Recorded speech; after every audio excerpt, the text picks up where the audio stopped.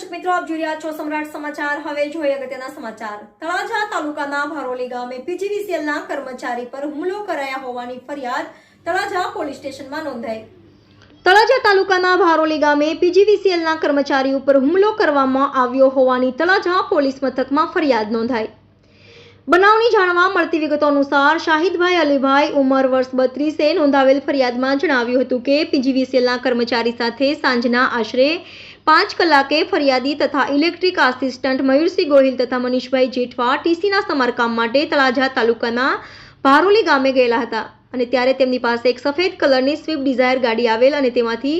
મહેન્દ્રસિંહ ઉર્ફે લાલાભાઈ રમજુભા ગોહિલ આવેલ અને તેઓએ બીભત્સ ગાળો આપી બોલવા લાગેલ,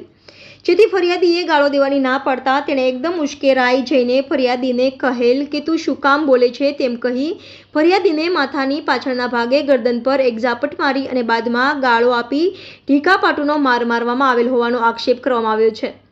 અને ત્યારબાદ ફરિયાદીને કહેલ કે હવે પછી જો આ ગામમાં આવ્યા છો તો તમારા ટાંટિયા ભાંગી નાખીશ અને જીવતા મારી નાખીશ અને વધુમાં એવું કહેલ કે મારી ઉપર 8 થી 9 કેસ થયેલા છે અને આ 10મો કેસ થાય તો મને કંઈ ફરક નહીં પડે તેમ કહી ત્યાંથી જતા રહેલ હોવાના આક્ષેપ સાથે ફરિયાદીએ મહેન્દ્રસિંહ ઉર્ફે લાલાભાઈ રમજુભા ગોહિલ વિરુદ્ધ ફરિયાદ નોંધાવતા તળાજા પોલીસે જુદી જુદી કલમો હેઠળ ગુનો નોંધી અને કાયદેસરની કાર્યવાહી હાથ ધરી છે। સમ્રાટ સમાચાર તળાજા।